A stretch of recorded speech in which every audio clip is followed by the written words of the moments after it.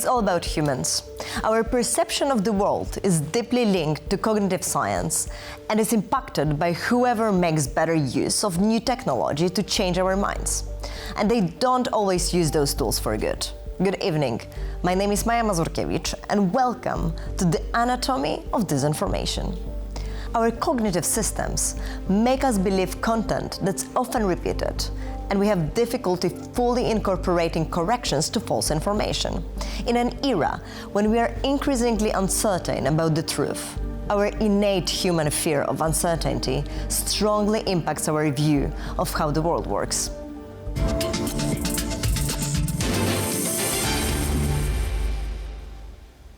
How do our minds make us vulnerable to disinformation? And how easy is it today to be radicalized and lured into joining extremist groups?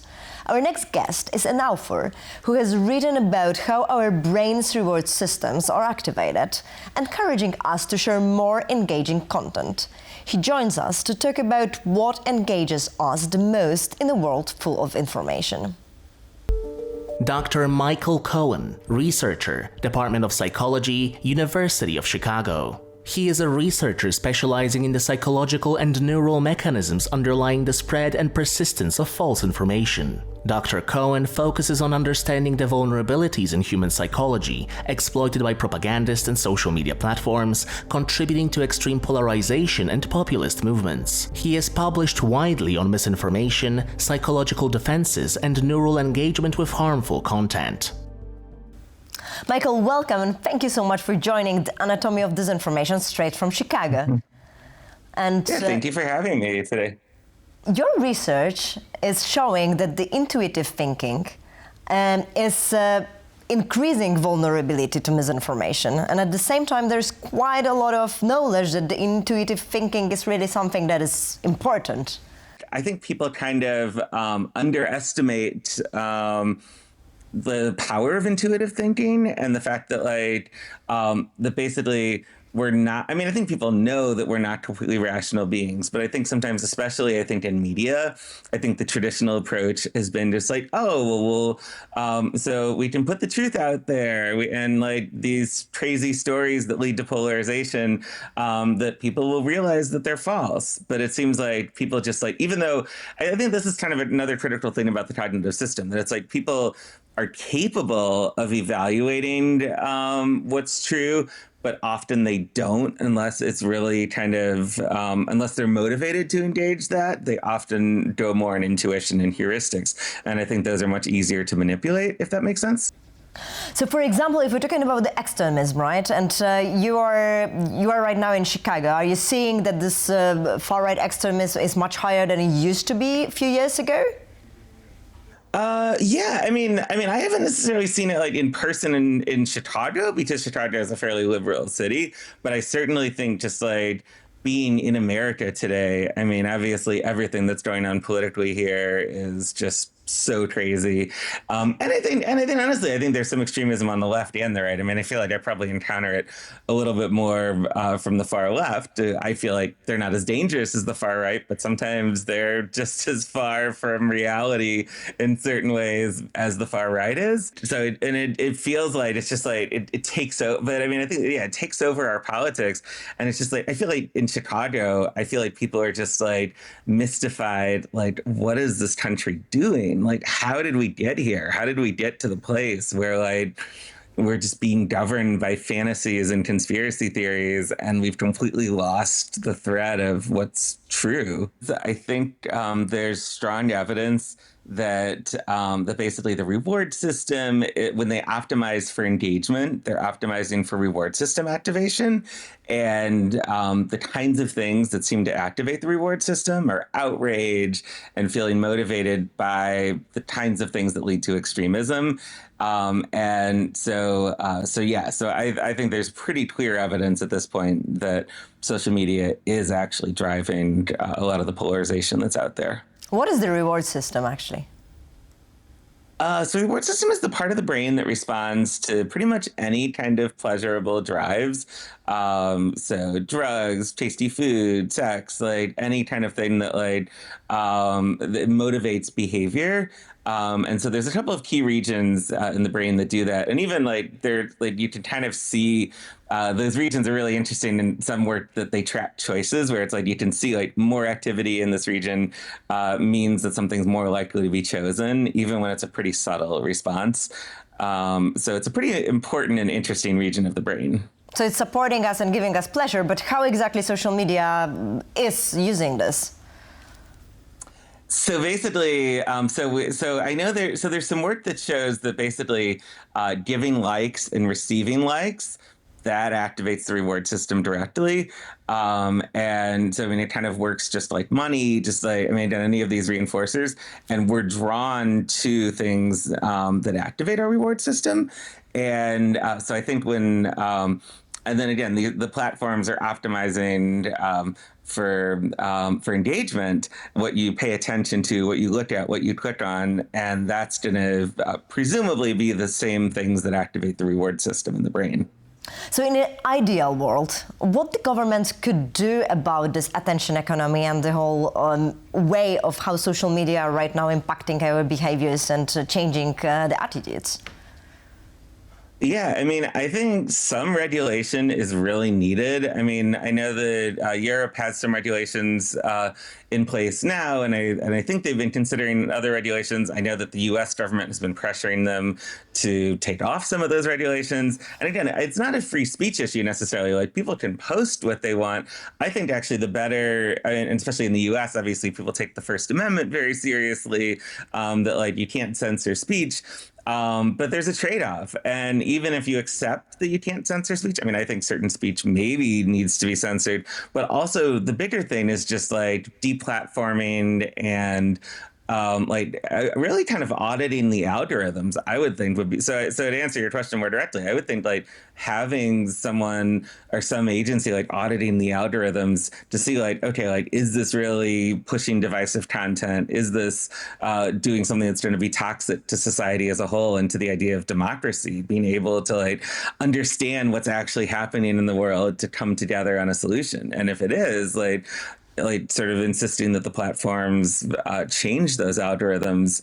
And I think it's really critical that the European governments not be swayed by our US government to like make it a free for all. I think that's really dangerous. Because as you said, those algorithms are based on our cognitive science, right? So right now we need to kind of like use it for good to make sure that those algorithms are not amplifying those emotions, correct? Exactly. And I mean, and I don't know to what degree like the computer scientists who are making the algorithms even are aware of this. I mean, they probably are at this point, but I don't know that. I mean, I don't know actually how they tune it. I think they don't, but I guess they don't need to be aware of the cognitive science. That's part of the thing is like they tune it for engagement. They tune it so like whatever people are going to what's ever going to motivate people to stare at their screens and like stay on the platform longer. And they don't even necessarily know why, I would think. I mean, again, I don't know. But yeah, but it's just like when you look at what's actually happening with how these algorithms work and what they're being optimized for, it's like, oh, that's where you see that like that's why potentially we're getting from these cool algorithms that they made that that they didn't really intend to do this, and yet all of a sudden like everyone's believing in crazy conspiracy theories, and so much has kind of gone off the rails lately, I think, because of it. So one of the ways that I'm hearing from what you're saying is put your phone away and also give yourself a solid offline time. Yeah, I do think that would help. I mean, I know it's hard. I mean, I feel like I'm often kind of addicted to my social media feeds. But yeah, I think making more connections in the real world, realizing that like what you see on social media is not real life, like I do think that could be really beneficial. Michael, thank you so much, and wish you more real-life connections. Thank you for joining us. All right, thank you. Thanks so much for having me. Thank you so much. Useful idiots, or operatives of the Kremlin's propaganda machine. Who are Russia's human assets, and is a certain separate member of the European Parliament one of them? We'll find out in this report.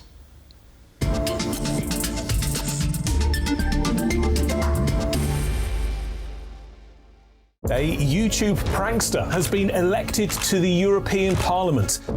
In 2024, Cypriot YouTuber Thaddeus Panayotou was elected to the European Parliament, running as an independent.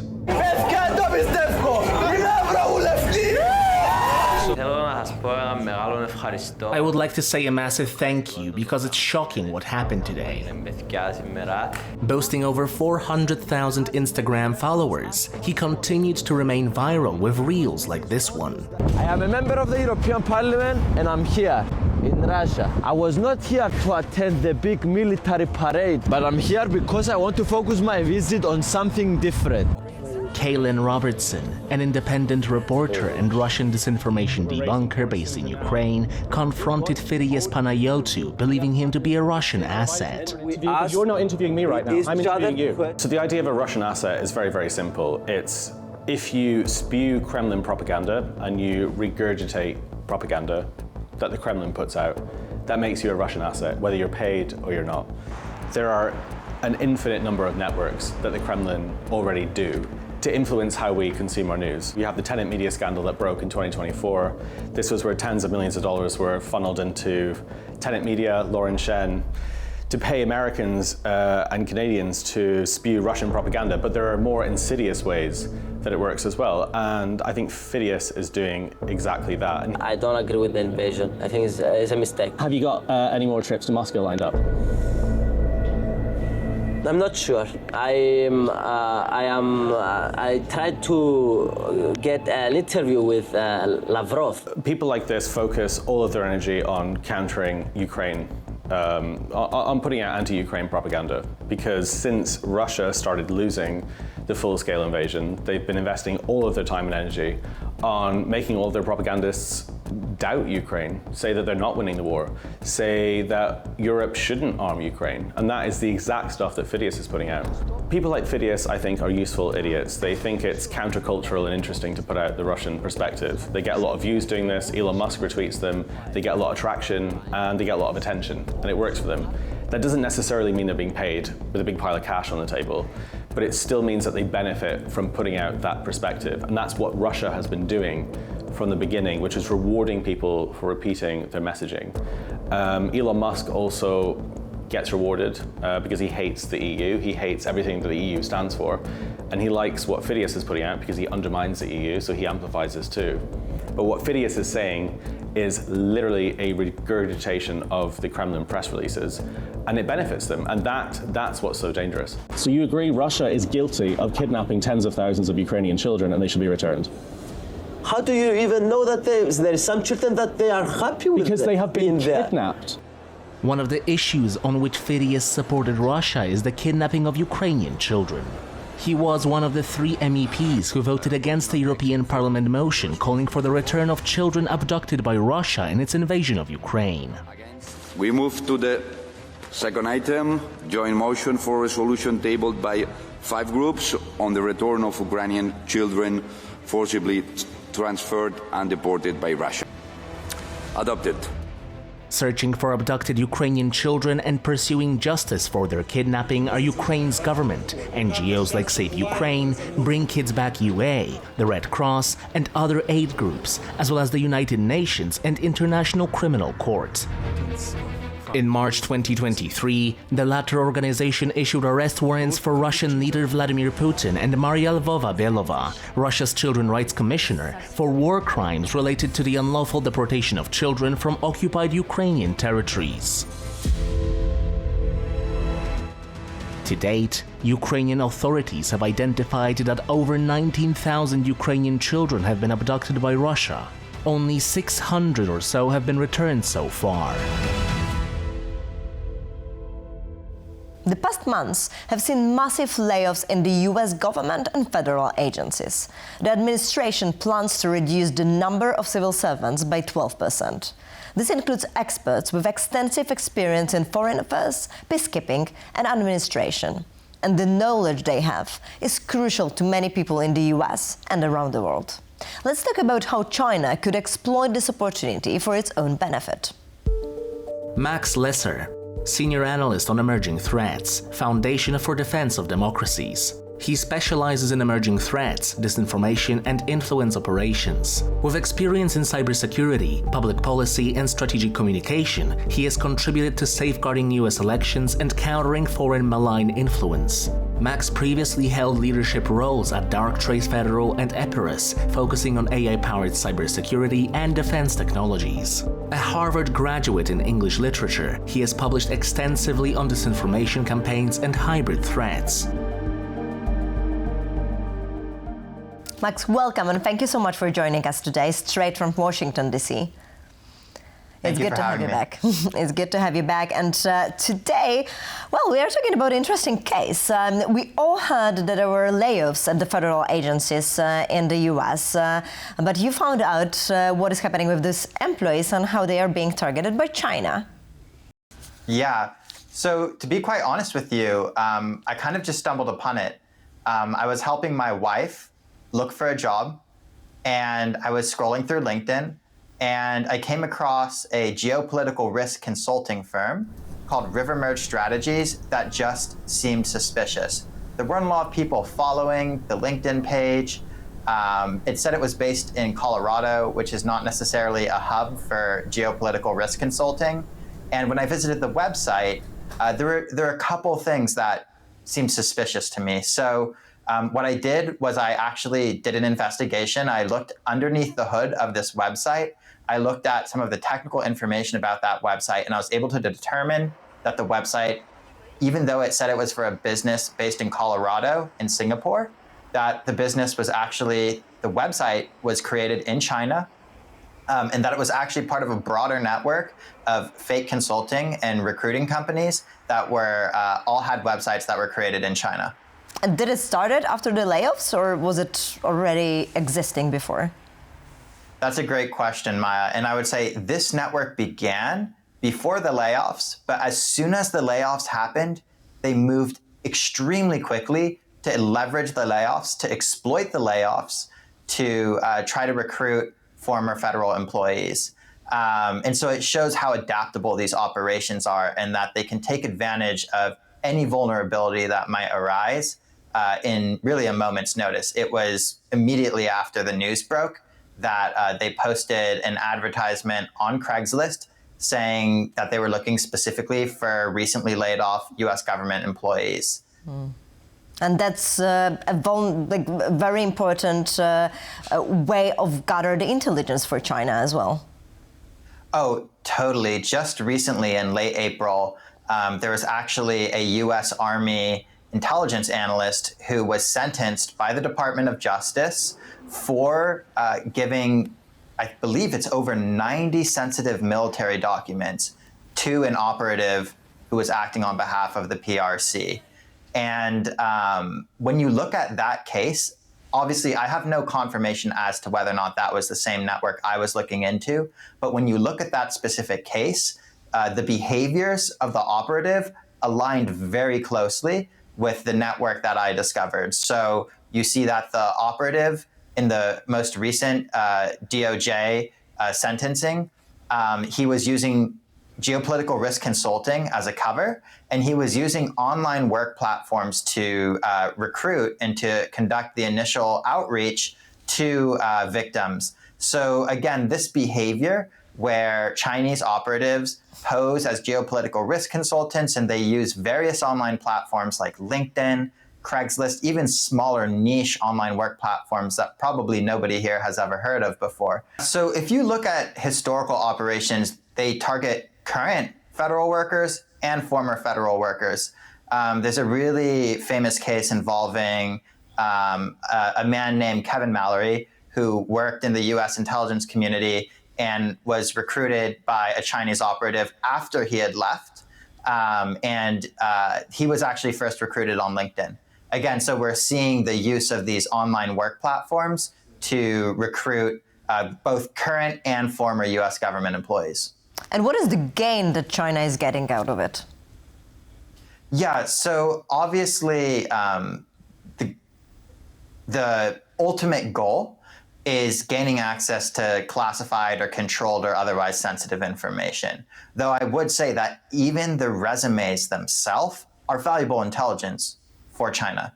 And with the case involving Dixon Yo that I mentioned that happened years ago, he was actually gaining a lot of resumes. I believe he received over 400 resumes, and he passed all of those along to his Chinese handlers. So even the resumes are valuable intelligence.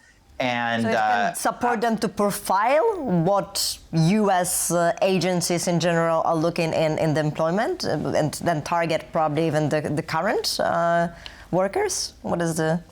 I could imagine there's a lot of different ways that even resumes would be important. Oftentimes obviously people aren't allowed to share very sensitive information, but they might say what they work. They might provide general descriptions of what they did. In ways that Chinese intelligence can sort of deduce or infer what's actually going on. Even just personally identifiable information. Let's say they want to launch a cyber attack against one of these former government employees so that they can access their contact list or get into their network. Having all of this information about somebody makes it much easier to launch a targeted cyber attack and sort of enhance social engineering. So there's a lot of ways that the resume can be valuable intelligence, but what I want to emphasize is it's much more than that. And oftentimes what happens in these operations, and if you read about the publicly exposed operations, what you will find is that oftentimes the outreach, initially they will ask for a benign request. Like they'll ask somebody they're recruiting, hey, why don't you just analyze this event? For example, what are the geopolitical implications of the Polish elections and what is it going to mean for China, right? And then they're going to escalate over time to ask for increasingly sensitive information till where they'll eventually say, hey, just hand over classified information. So this is sort of the ultimate goal is obviously gaining very sensitive information, but even just in a resume in itself can be helpful.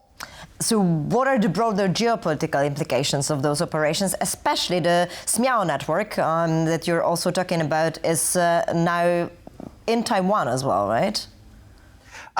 So actually that's a great point. So, and I actually love this story. So when I published the paper, or actually when the story first broke, even before I published the paper, Reuters covered the story. A Taiwanese cyber threat intelligence firm known as Team T5 reached out to me and said, hey, we think we found something. And this was actually created in March, this new fake company. And I believe that's why I initially missed it because, that was when I was already wrapping up the initial phase of my investigation.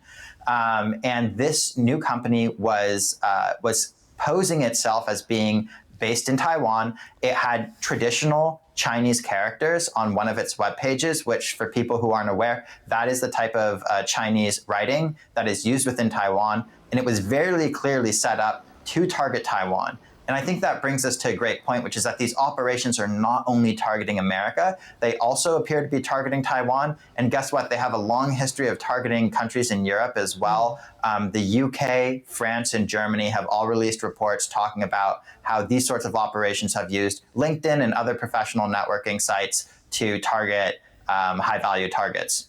Max, thank you so much for this interesting example, and I think that for our audience it's also important to know that, well, they can be a target also on LinkedIn. Thank you so much. Thank you, Maya.